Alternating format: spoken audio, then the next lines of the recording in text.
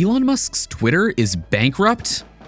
In the 2 weeks since acquiring Twitter, the tech billionaire has fired half of the company's more than 7,000 employees, fired most of its executive leadership, and demanded that those who remain return to the office immediately, effectively ending remote work, monthly days of rest, and free food.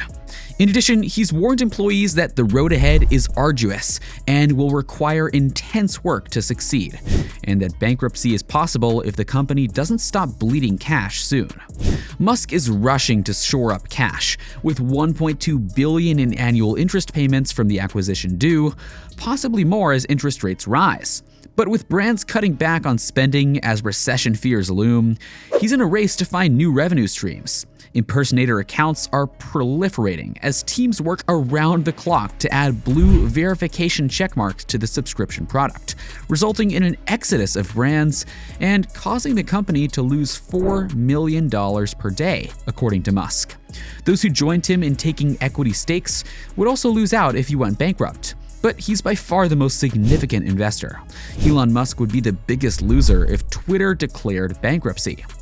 Mr. Musk told Twitter employees at an all-hands meeting on Thursday that he doesn't know how much financial runway the social media company has left, and that, quote, bankruptcy isn't out of the question.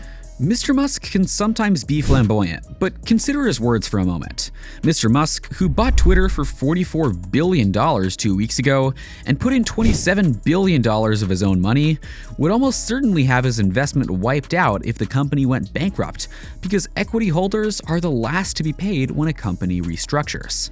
Those who joined him and invested in him, such as Sequoia Capital, Binance, and the Qatar Investment Authority, would face a similar fate.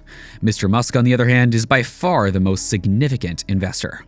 Banks such as Morgan Stanley and Bank of America Corp., which put up $13 billion of their own money for Twitter debt, may also suffer losses. The banks were forced to record the debt because they could not sell the bonds quickly enough to a larger group of investors.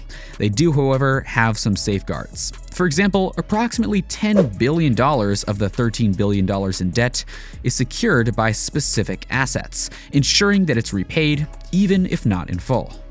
In a June interview with Tesla Inc., he stated, "Our concern is how do we keep the factories running so we can pay people and not go bankrupt?"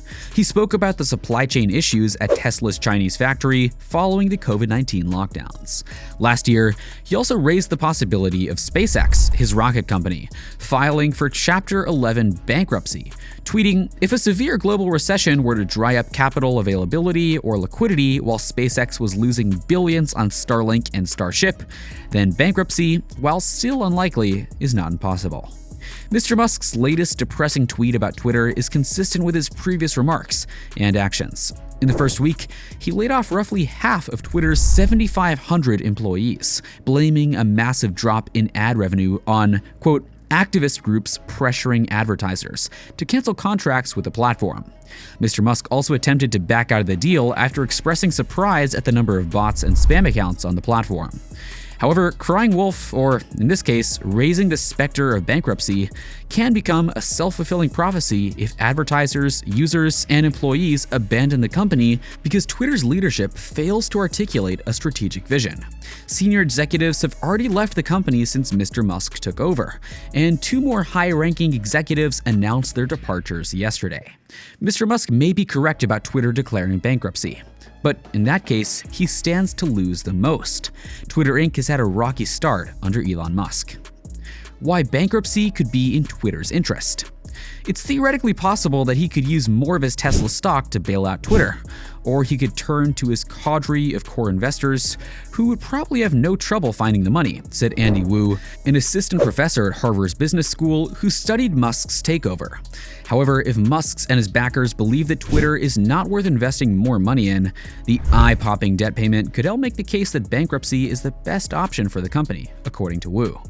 The saying, "If you owe the bank $100, that's your problem, but if you owe the bank $100 million, that's the bank's problem," might apply here, Wu said, explaining that if Twitter filed for bankruptcy, investors and other lenders could take over the company while Musk remained CEO. Bankruptcy will allow Musk to refinance the debt, increasing the company's financial stability. Financial analysts have pointed out that Musk has overpaid for Twitter since the deal was completed.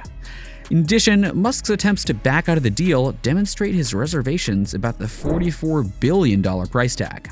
Wedbush Securities, an investment firm, called the deal, quote, one of the most overpaid tech acquisitions in history, estimating Twitter's fair value at closer to $25 billion. Knowing this, forcing Twitter into bankruptcy may help Musk restructure the debt more favorably. So what do you think of Twitter's bankruptcy? Let us know in the comments below, and subscribe for more.